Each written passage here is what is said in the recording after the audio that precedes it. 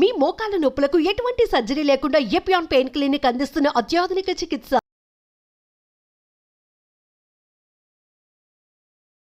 అందరికీ నమస్కారం. షుగర్ వ్యాధి, ఈ వ్యాధి వచ్చిందంటే అసలు తగ్గదు, దీన్ని కంట్రోల్ చేయడం మాత్రమే అని చెప్తూ ఉంటారు కదా. అయితే ఆయుర్వేద పరంగా దీన్ని రివర్స్ చేయొచ్చు, పూర్తిగా తగ్గించుకోవచ్చు అని చెప్తున్నారు. మరి అది ఎలాగో తెలుసుకుందాం.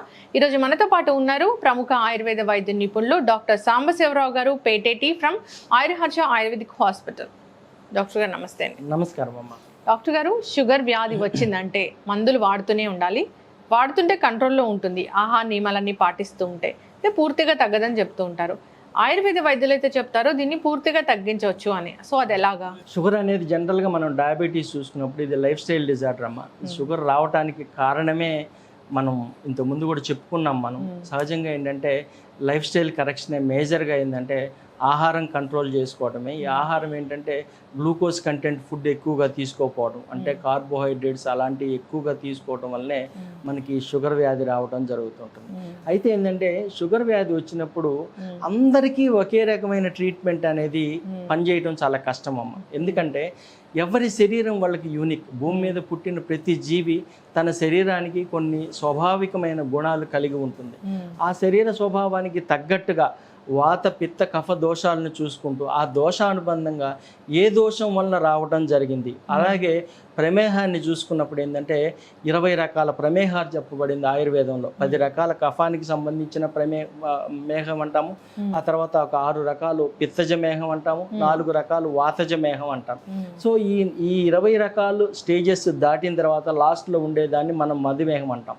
సో అయితే ఏంటంటే ఈ 20 రకాలు వచ్చినప్పుడే మనం కనుక చిన్న చిన్న జాగ్రత్తలు, అసలు మన లైఫ్ స్టైల్ని కనుక మనం కరెక్ట్గా గమనించుకున్నట్లయితే మనకు తెలిసిపోతుంది. షుగర్ వ్యాధి అనేది ఒక్క రోజులో వచ్చేది కాదు. ఈ 20 స్టేజెస్ దాటాలంటే దాదాపు 10-12 సంవత్సరాలు పడుతుంది. అయితే మనకి ఎలా తెలుస్తుందండి అంటే ఏంటంటే చాలా మందికి బేసిక్గా ఏంటంటే షుగర్ గురించి తెలుసుకోవాలనుకుంటే మీ మూత్రమే మీకు పరీక్ష. యూరిన్ కనుక రెగ్యులర్గా మనం అబ్జర్వ్ చేస్తూ ఉంటే యూరిన్లో చిక్కదనం పెరుగుతుంటుంది. షుగర్ ఎప్పుడైతే వస్తుందో ఆటోమేటిక్గా మూత్రంలో చిక్కదనం పెరుగుతుంది. ఎందుకు పెరుగుతుందంటే మనం చూస్తాం, ఇంట్లో ఏదైనా స్వీట్ తయారు చేసుకోవాలన్నప్పుడు పాకం పడతాం. మామూలుగా మనం నీళ్ళల్లో మామూలు నీళ్లు మనం ఎంతసేపు వేడి చేసినా ఏముండదు. అదే అంత షుగర్ వేసి వేడి చేయండి, చిక్కదనం పెరుగుతుంది. అలాగే ఎప్పుడైతే శరీరంలో షుగర్ ఎంటర్ అవుతుందని తెలుస్తుందో మూత్రంలో మనకి తెలుస్తుంది. మూత్రావంతు పిపీలికావశ్చ అని చెప్తుంది. అంటే అర్థమైందంటే బయట ఎక్కడైనా కనుక మనం నార్మల్ దీంట్లో బయటికి వెళ్ళి మనం మూత్ర విసర్జన చేసినప్పుడు చీమల దగ్గరికి చేరతాయి. ఎందుకు? షుగర్ ఉంటుంది కాబట్టి. సో ఇలాంటి టెస్టులు కూడా మనం తెలుసుకోవచ్చు. అలాగే మూత్రంలో నురుగు వస్తూ ఉంటుంది ఎక్కువగా. ఈ షుగర్ ఉండే వాళ్ళలో చూస్తే మూత్రంలో నురుగు వస్తూ ఉంటుంది. కానీ నురుగు వచ్చిన రోజు టెస్ట్ చేసుకుంటే మనకు బ్లడ్ షుగర్ లెవెల్స్ నార్మల్గా ఉండొచ్చు. కానీ శరీరంలో ఖచ్చితంగా మీకు షుగర్ వచ్చే అవకాశాలు ఉన్నాయి అనేది మనకు తెలుస్తుంది. దాన్ని ప్రీ డయాబెటిక్ డయాబెటిక్ స్టేజ్ అంటుంటాం. అలాగే కూడా ఏంటంటే ఒబేసిటీ ఒకటి మేజర్ కారణం కూడా. అయితే ఆయుర్వేద శాస్త్రం ఏం చెప్తుందంటే అందరికీ ఒకే రకమైన ట్రీట్మెంట్ చేయదు. సంభ్రమణం తత్ర కృశస్య కార్యం సంశోధనం దోష బలాధికచ్చ. సో అంటే ఏంటంటే బ్రహ్మణం చేయాలి. ఎవరికి చేయాలి? ఇప్పుడు సన్నగా ఉంటాడు ఒక మనిషి, సన్నగా ఉంటాడు. సన్నగా ఉండే మనిషికి షుగర్ వచ్చిందనుకోండి, అతనికి ముందు శరీరానికి బలం కలగజేయాలి. బలం కలగజేసినప్పుడు మాత్రమే అప్పుడు షుగర్కి మందులు వాడితే మనకి ఆ మందు ఇది కంప్లీట్గా తగ్గే అవకాశం ఉంటుంది. అట్లానే సంశోధనం దోష బలాధికస్య అంటే దోషాలు చాలా బలంగా ఉంటాయి. అంటే దోషాలు అంటే శరీరం బలం ఒక్కటే కాదు, దోషాలు కూడా చాలా బలంగా ఉంటాయి. ఏదైతే మనం వాతజ పిత్తజ కఫజ ఈ దోషాలు ఏవైతే చెప్పుకున్నామో ఆ దోషాల యొక్క ప్రిడామినెన్స్ కూడా శరీరంలో చాలా ఎక్కువగా ఉంటుంది.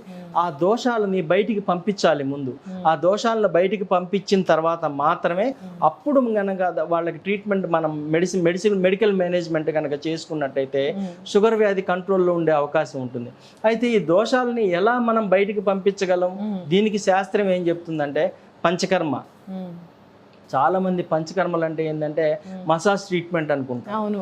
మాకు ఫోన్లు వస్తూ ఉంటాయి, డాక్టర్ గారు పంచకర్మ ట్రీట్మెంట్ చేస్తారా? ఏం ట్రీట్మెంట్ కావాలండి? పంచకర్మ ట్రీట్మెంట్. అదే ఏం కావాలండి? మసాజ్ అండి, బాడీ మసాజ్నే పంచకర్మ అనే స్టేజ్కి తీసుకొచ్చారు ఇవాళ రేపు. యాక్చువల్గా పంచకర్మ అంటే ఏంటంటే పంచ అంటే 5, కర్మ అంటే థెరపీస్. 5 టైప్స్ ఆఫ్ థెరపీస్ని పంచకర్మలు అంటారు. ఆ పంచకర్మలు చేయటం కోసం, శరీరాన్ని సిద్ధం చేయటం కోసం ముందు తైలగాత్రస్య అంటాడు. అంటే శరీరాన్ని ఆయిల్తో మసాజ్ చేస్తారు, వేడి వేడి ఆయిల్ తోటి శరీరానికి మేము అభ్యంగం అంటాం. మసాజ్ అనే పదం మేము అసలు వాడం, అభ్యంగం అంటాం. ఆ అభ్యంగం చేసిన తర్వాత మళ్ళీ స్వేదం, రకరకాల స్వేదాలు చెప్తారు. స్వేదం అంటే ఏంటంటే శరీరాన్ని చెమట పుట్టించేదే స్వేదం. శరీర ఆయాసజనకం స్వేదం అంటుంది. అంటే శరీరానికి చెమట పుట్టాలి, చెమట పుట్టిన దాన్నే స్వేదం అంటాం. మనం గంట సేపు నడిచిన ఒంట్లో చెమట రానప్పుడు అది అంత ఫ్రూట్ఫుల్ కాదనమాట. సో ముందు స్నేహం చేయించి తర్వాత స్వేదం చేయించి ఈ రెండు అయిపోయిన తర్వాత అప్పుడు ఏ జబ్బుకి ఎలాంటి పంచకర్మ చేయాలి అంటే వమనం అంటాం. వమనం అంటే వాంతులు చేయించడం. పర్టికులర్గా కొన్ని రకాల కఫజ డిజార్డర్స్ అంటారు. అంటే బ్రాంకియల్ ఆస్తమా కానీ సోరియాసిస్లు కానీ ఇలాంటి జబ్బుల్లో ఏంటంటే వమనం చేయిస్తాం, అంటే వాంతులు చేయిస్తాం అనమాట. అది ట్రీట్మెంట్. దానివల్ల ఏం ప్రాబ్లం ఉండదు, కాంప్లికేషన్స్ ఉండవు. ఆ ట్రీట్మెంట్ అయిపోయిన తర్వాత బాడీ ఎంత లైట్గా అయిపోయి ఎంత కంఫర్ట్గా ఫీల్ అవుతారో పేషెంట్స్. అలాగే విరేచన కర్మ అంటాం. విరేచన కర్మ కూడా అంతే. విరేచనం అవడానికి మందులు ఇస్తాం. 20 నుంచి 30 సార్లు మోషన్స్ అవుతాయి. అదే మామూలుగా మనకి 7-8 సార్లు మోషన్స్ అయితేనే నీరసం వచ్చి పడిపోతాం, సెలైన్లు పెట్టాల్సి వస్తుంది. కానీ ముందు కనుక మనం శరీరాన్ని రెడీ చేసి శాస్త్రం చెప్పిన ప్రకారం విరేచన కర్మ కనుక చేయిస్తే 20 సార్లు విరేచనం అయినా కూడా వాళ్ళకి ఏ విధమైన ఇబ్బంది ఉండదు, హ్యాపీగా రిలాక్స్డ్గా ఉంటారు. అలాగే వస్తి కర్మ అంటారు. 2 రకాల వస్తి కర్మలు ఉంటాయి.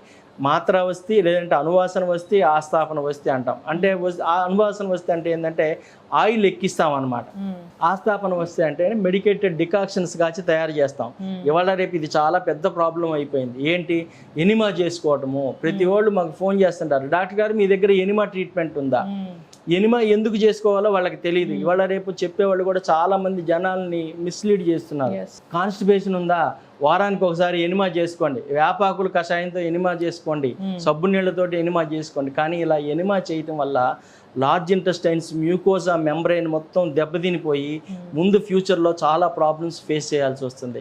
అది తెలియక చాలా మంది ఎనిమా చేసుకుంటుంటారు. మమ్మల్ని అడుగుతుంటారు, మీ దగ్గర ఎనిమా ట్రీట్మెంట్ ఉందా? ఎనిమా ట్రీట్మెంట్ కాదు, వస్తికర్మ అంటే డ్రగ్స్ త్రూ రెక్టల్ రూట్. ఎందుకు చేయాలి? ఇలాంటి శరీరంలో ఉండే దోషాలని బయటికి పంపించడం కోసము, పర్టికులర్గా ఆ దోషాలకి ఏ దోషాలు ఉన్నాయి, ఆ దోషాలకి ఏ రకమైన ఔషధాలు వాడాలి, ఆ ఔషధాలు వాడి డికాక్షన్స్ తయారు చేసి వాటితో మాత్రం చేసినప్పుడు అది వస్తికర్మ అవుతుంది. కానీ అది శరీరానికి ఫలితం ఇస్తుంది. కానీ మోషన్ గట్టిపడిందని ఎనిమా ట్రీట్మెంట్ ఇవాళ చేసుకుంటాము, మళ్ళీ రేపొద్దున ఏం చేస్తాము? ఇక కొన్నాళ్ళకి అది అలవాటు పడిపోతుంది. దానివల్ల ఏం జరుగుతుంది, పెద్ద పేగులు కంప్లీట్గా పాడైపోతుంటుంది. దాని మూలంగా ఇబ్బందులు వస్తాయి. అందువల్ల ఇట్లా చెప్పడంలో ఉద్దేశం ఏంటంటే చాలామందికి ఈ విషయం మీద అవేర్నెస్ లేదు. మోషన్ రాకపోతే మలబద్ధకం అయితే ఎనిమా చేసుకోవాలంటారు. అది కరెక్ట్ కాదని చెప్పడం నా ఉద్దేశం. అలాగే నస్యకర్మ అంటాం. కొన్ని రకాల వ్యాధుల్లో, ఈ హెడ్కి సంబంధించిన వ్యాధుల్లో నస్యకర్మ అని చేస్తాం అనమాట.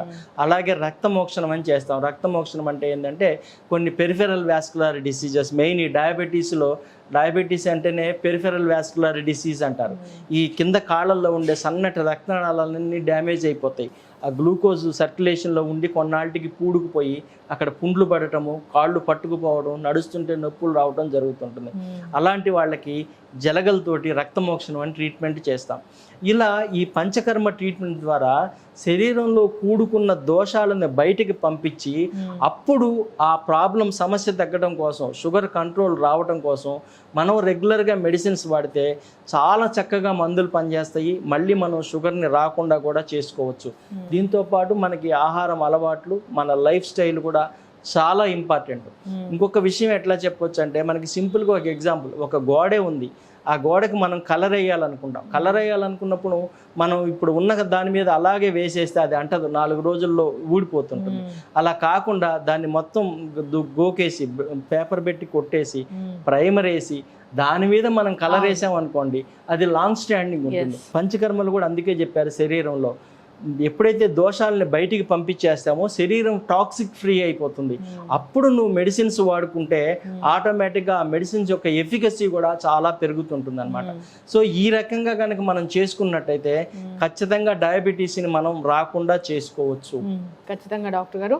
సో పంచకర్మ అంటే చాలా మందికి ఏదో నిజంగానే మీరు అన్నట్లుగా మసాజ్ ఇలా అయిపోయింది. కానీ అసలు ఆయుర్వేద వైద్యులు సో సుశిక్షితులైన ఆయుర్వేద వైద్యులు చేస్తే కనుక అది పంచకర్మ ఇస్ పంచకర్మ. సో ఆ థెరపీ అనేది వేరుగా ఉంటుంది. దాంతో డయాబెటీస్ని పూర్తిగా తగ్గించవచ్చని చాలా చక్కగా చెప్పారు. అసలు ఎందుకు వస్తుంది, రూట్ కాజ్ ఏంటో తెలుసుకొని పూర్తిగా నయం చేస్తారు కాబట్టి సో డయాబెటీస్ అనేది ఆయుర్వేద పరంగా తగ్గించవచ్చు. ఖచ్చితంగా. Thank you so much doctor గారు. ఎవరికైనా ఈ సమస్య ఉంది అంటే ఖచ్చితంగా కాంటాక్ట్ చేయాలని కోరుకుందాం. అంతేకాదు ఇంకా ఏమైనా డౌట్స్ ఉన్న ఆహారం గురించి ఇలాగా ట్రీట్మెంట్స్ గురించి కాంటాక్ట్ చేయాలని కోరుకుందాం. చాలా చక్కటి ఇన్ఫర్మేషన్ అండి. ధన్యవాదాలు. నమస్కారం.